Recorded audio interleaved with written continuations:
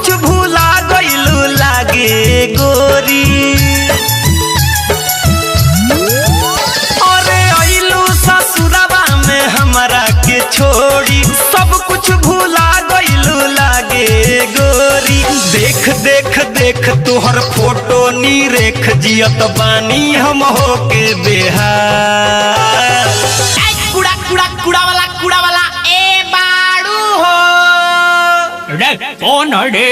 काका नगर पालिका कचरा वाला आपके सेवा में हाजिर है। पतोहिया को जाके बोलिए कि कचड़वा लिया के हमें डाल दे। अरे गाँव रे गाड़ी वाला आया घर से कचरा निकाल, गाड़ी वाला आया घर से कचरा निकाल, गाड़ी वाला आया घर से कचरा निकाल, गाड़ी वाला आया घर से कचरा निकाल। आए काका लेट करबो तो भेंट ना होई, जल्दी से कहो पतोहिया के कचड़वा लियाओ। अरे साला कौन फोटो के भेजी रे? हमार तो बेटा होले नहीं थे, तो फोटो कहाँ से आई? जा भयो ई घर ना लागे बुझाता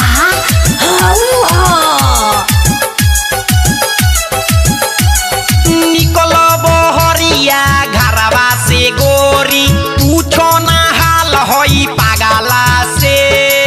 हो के न बाड़ुओ आरे अखिया बा फूलल, गलिया बा झूलल, रात रात भर याद करके जागला से। सुनो ये यार तोहर करके इंतजार, देखो झरता सर पर के बाल। रे साला भोलावा ई गाँव ना हो का रे?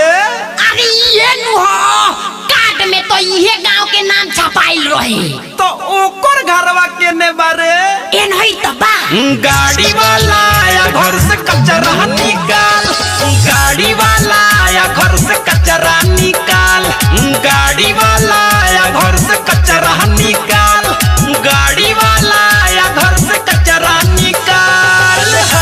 भयो ओते भेटा कोई घर केने रे? म्यूजिक बाय गौरव रोशन। आप सुन रहे हैं अमित पटेल की आवाज में। कोई सुनबा यारावा ये हो सजनिया, एक बेरी जंगला से झाँको हो। जैसे तू हरदम ताकत रहलू, छत पर से आके ताक हो। होई ना भेट सनम करबू जे लेटायब, चुमा दे द दुनु गाल। जिए तो जिए कैसे। साला ई गाना काय गावतारी रे? भैया ये गाना सुन के तो आई याद करो, ये गाना नु गा के पटैले रहलो। अरे साला गाड़ी वाला आया घर से कचरा निकाल, गाड़ी वाला